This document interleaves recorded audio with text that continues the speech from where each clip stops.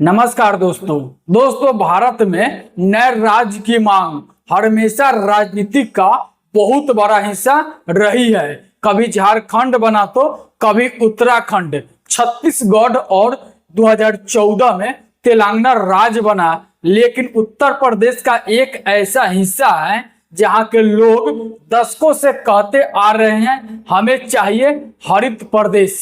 दोस्तों आखिर हरित प्रदेश राज्य बनाने की मांग क्यों उठ रही है, इसके पीछे का इतिहास क्या है और आज भी हरित प्रदेश राज्य बनाने की मांग इतना तेजी से क्यों हो रही है, तो चलिए जानते हैं आज के इस वीडियो में पूरे ही विस्तार से। तो नमस्कार दोस्तों, मैं अभिषेक आप सभी का एक बार फिर से स्वागत करता हूं आज के इस नए सेशन में। दोस्तों हरित प्रदेश की जो मांग है वह कोई नई मांग नहीं है। दोस्तों हरित प्रदेश राज्य की मांग सबसे पहले 1955 में उठी थी, जब स्टेट ऑर्गेनाइजेशन कमीशन यानी कि राज्य पुनर्गठन आयोग बना था। 1980 और 1990 के दशक में चौधरी चरण सिंह, जो कि भारत के किसान राजनेता एवं पांचवें प्रधानमंत्री थे, तो चौधरी चरण सिंह और अजीत सिंह जैसे नेताओं ने इस विचार को राजनीतिक में और मजबूत किया। लोगों के द्वारा कहना है कि पश्चिमी उत्तर प्रदेश भारत की सांस्कृतिक, भाषा और आर्थिक स्थिति लखनऊ और पूर्वांचल से बिल्कुल अलग है, इसलिए अलग राज्य का दर्जा मिलना चाहिए। दोस्तों जब 2014 में तेलंगाना राज्य बना तो पश्चिमी यूपी में अलग राज्य की मांग और भी तेज हो गई। दोस्तों हरित प्रदेश राज्य अगर बनता है तो आमतौर पर 22 से लेकर के 24 जिलों शामिल होंगे, यानी कि हरित प्रदेश अगर राज्य बनता है तो उसमें 22 से लेकर के 24 जिला शामिल होंगे, जिसमें मेरठ, सहारनपुर, बागपत, मथुरा, मुजफ्फरनगर, अलीगढ़, गाजियाबाद जैसे जिले शामिल होने की बात होती रही है। लोगों का कहना है कि हरित प्रदेश का इलाका गंगा यमुना दोआब कहलाता है, जो खेती के लिए सबसे उपजाऊ जमीन में से एक है। हरित प्रदेश की भाषा मुख्यतः खड़ी बोली और ब्रज भाषा है, जो सांस्कृतिक तौर पर लखनऊ और पूर्वांचल से काफी अलग है। इसलिए लोगों का कहना है कि जैसे हरियाणा पंजाब से अलग होकर अपनी पहचान बना लिया है, तो वैसे ही पश्चिमी यूपी भी अलग पहचान बनाना चाहता है। इसलिए अगर अलग राज्य हरित प्रदेश बनना चाहिए, हम लोगों का जो मांग है वे जायज है, इसलिए हम लोग का अलग जो है हरित प्रदेश राज्य हर हालत में बनना चाहिए। अब दोस्तों मैप से समझते हैं कि हरित प्रदेश अगर राज्य बनता है तो वह कहां पे रहेगा, कहां पे सबसे ज्यादा मांग उठ रहा है हरित प्रदेश राज्य बनाने की। दोस्तों आप लोग पहले यहाँ पे देखेंगे तो यहाँ पे है आपका भारत का नक्शा, और यह जो आप देख रहे हैं यह उत्तर प्रदेश का मैप है, और उत्तर प्रदेश के पश्चिमी इलाके में ही हरित प्रदेश राज्य की मांग सबसे ज्यादा उठ रही है। अब दोस्तों उत्तर प्रदेश के जो पश्चिमी इलाका है यहीं पे जो कि सबसे ज्यादा हरित प्रदेश राज्य की मांग उठ रही है। आज से नहीं, लगभग 75 वर्ष पहले से हरित प्रदेश राज्य की मांग उठते आ रही है।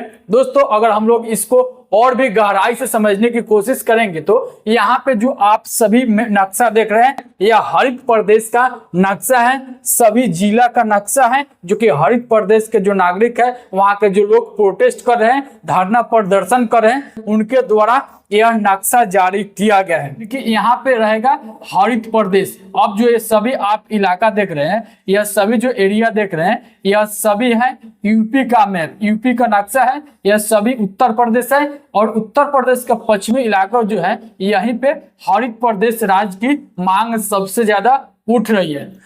हरित प्रदेश राज्य बनाने को लेकर बहुत ज्यादा लोग धरना प्रदर्शन कर रहे हैं और यह मांग कर रहे हैं कि हमारा हरित प्रदेश राज्य हर हाल में बनना चाहिए। इसलिए जो उत्तर प्रदेश के पश्चिमी इलाके के जितने भी अब सभी लोग हैं वह सभी लोग बहुत ही जोर शोर से धरना प्रदर्शन कर रहे हैं और मांग कर रहे हैं कि हमारा अलग राज्य हरित प्रदेश राज्य हर हाल में बनना चाहिए। दोस्तों, हरित प्रदेश मांग सिर्फ राजनीतिक नारा नहीं है, इसके पीछे कई ठोस कारण भी है। जैसे कि पहला कारण है कि आर्थिक असमानता। जैसे कि पश्चिमी यूपी देश का सबसे बड़ा सबसे उपजाऊ इलाका है। यहाँ पे गन्ना, गेहूं और धान की खेती बहुत ज्यादा होती है। नोएडा, गाजियाबाद, मेरठ जैसे शहर औद्योगिक और शैक्षणिक केंद्र हैं। लोगों का कहना है कि हम लोग उत्तर प्रदेश राज्य को ज्यादा योगदान देते हैं, लेकिन बदले में विकास परियोजनाएं पूर्वांचल और लखनऊ क्षेत्र में ज्यादा चल जाता है, इनकी ज्यादा देखने के लिए मिलता है। दूसरा कारण है कि सांस्कृतिक और भाषा की पहचान। दोस्तों, वहां के लोगों का कहना है कि इस इलाके की भाषा है खड़ी बोली और ब्रज भाषा। यह संस्कृति और बोलचाल लखनऊ, बनारस एवं पूर्वांचल से बहुत ही अलग है। यानी कि लोगों का मानना है कि उनकी अपनी अलग पहचान है, जिसे नया राज्य बनेगा तो और मजबूत किया जा सकता है।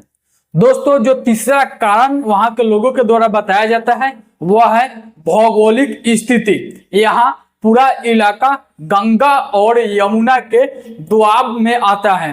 दिल्ली एनसीआर से नजदीक होने के बावजूद भी इंफ्रास्ट्रक्चर हरियाणा और दिल्ली जितना विकसित नहीं हुआ है। लोगों का सवाल है कि जब हमारे पास क्षमता है तो हमें पीछा क्यों रखा जाता है।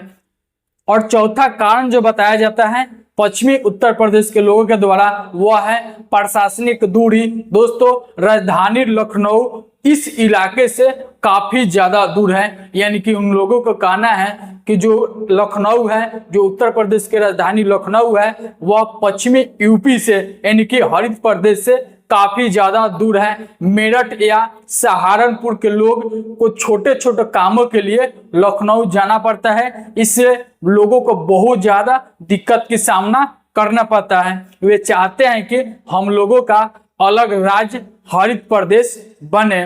दोस्तों, पश्चिमी यूपी के लोगों के द्वारा जो पांचवा कारण बताया जाता है वह है राजनीतिक के प्रतिनिधित्व। दोस्तों, कई बार यह भी कहा गया है कि पश्चिमी यूपी की समस्याएं विधानसभा और संसद भवन में इतनी मजबूती से नहीं उठाई जाती है, इसलिए लोग मानते हैं कि जब अलग राज्य बनेगा तो उन्हें सीधा और सशक्त राजनीति का प्रतिनिधित्व मिलेगा।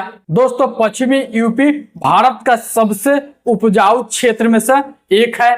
खासकर पश्चिमी यूपी में गन्ना की उत्पादन सबसे ज्यादा होती है। दोस्तों, पश्चिमी यूपी के किसान पूरे उत्तर प्रदेश की चीनी मिलों और उद्योगों को सहारा देता है। वो पश्चिमी यूपी का प्रति व्यक्ति आय यानी कि पर कैपिटा इनकम पूर्वांचल और लखनऊ से कहीं ज्यादा है। दोस्तों, वहां के प्रदर्शनकारियों का कहना है कि हम ज्यादा टैक्स देते हैं, लेकिन बदले में विकास परियोजनाओं उतना हमें नहीं मिलता है। अब यही कारण है कि वहां के जो नागरिक हैं, पश्चिमी यूपी के जो लोग हैं, वे अलग राज्य हरित प्रदेश बनाने की मांग करते हैं। हरित प्रदेश की मांग मुख्यतः जाट नेताओं ने उठाई है, क्योंकि यह क्षेत्र जाट बहु माना जाता है। 1990 के दशक में अजीत सिंह ने मेरठ को राजधानी बनाकर हरित प्रदेश की कल्पना की थी। बीजेपी, कांग्रेस और समाजवादी पार्टी जैसे बड़ी पार्टियां ने इसे कभी खुलकर समर्थन नहीं दिया है, क्योंकि ये पूरे यूपी में राजनीति करना चाहते हैं। आज भी हर चुनाव के दौरान यह मुद्दा चर्चा में आ जाता है, नए राज्य की मांग। किसान आंदोलन 2020 और 21 के दौरान भी पश्चिमी यूपी के किसान ने कहा कि अगर हमें हमारी पहचान और विकास चाहिए तो अलग राज्य हरित प्रदेश राज्य हर हाल में बनना चाहिए। मेरठ, सहारनपुर और आसपास के शहरों के युवाओं मानते हैं कि उन्हें दिल्ली और हरियाणा के मुकाबले विकास काफी कम हुआ है पश्चिमी यूपी में। दोस्तों हरित प्रदेश बनाने को लेकर लोग कई बार विरोध भी करते हैं। विरोधी लोगों का मानना है कि नया राज्य बनने से प्रशासनिक खर्चा बढ़ जाएगा, सांप्रदायिक और जातीय राजनीतिक भड़क सकती है, यूपी की अखंडता टूट सकती है। दोस्तों भारत में अब तक 28 नए राज्य बन चुके हैं और समय समय पर नए राज्य की मांग उठती रही है। अगर भविष्य में कोई राष्ट्रीय पार्टी इसे लेकर गंभीर पहल करती है तो हरित प्रदेश राज्य बन सकती है, लेकिन जब तक राजनीतिक सहमति नहीं बनती तब तक यह सिर्फ एक मांग और बहस का मुद्दा बनकर रहेगा। तो दोस्तों हरित प्रदेश की मांग सिर्फ राजनीतिक नहीं है बल्कि इतिहास, सांस्कृतिक और विकास से भी जुड़ी हुई है। अब सवाल यह है कि क्या आने वाले सालों में पश्चिमी यूपी को वास्तव में हरित प्रदेश राज्य के रूप में पहचान मिलेगा या यह मुद्दा सिर्फ चुनावी भाषणों तक ही सीमित रहेगा? इस पर आपका क्या मानना है? क्या हरित प्रदेश राज्य बनना चाहिए? अपनी राय कमेंट बॉक्स में जरूर बताइएगा और जो यह न्यूज है अपने दोस्तों में भी शेयर कर देंगे। मिलते हैं नेक्स्ट वीडियो में नेक्स्ट अपडेट के साथ। थैंक यू दोस्तों। जय हिंद, जय भारत।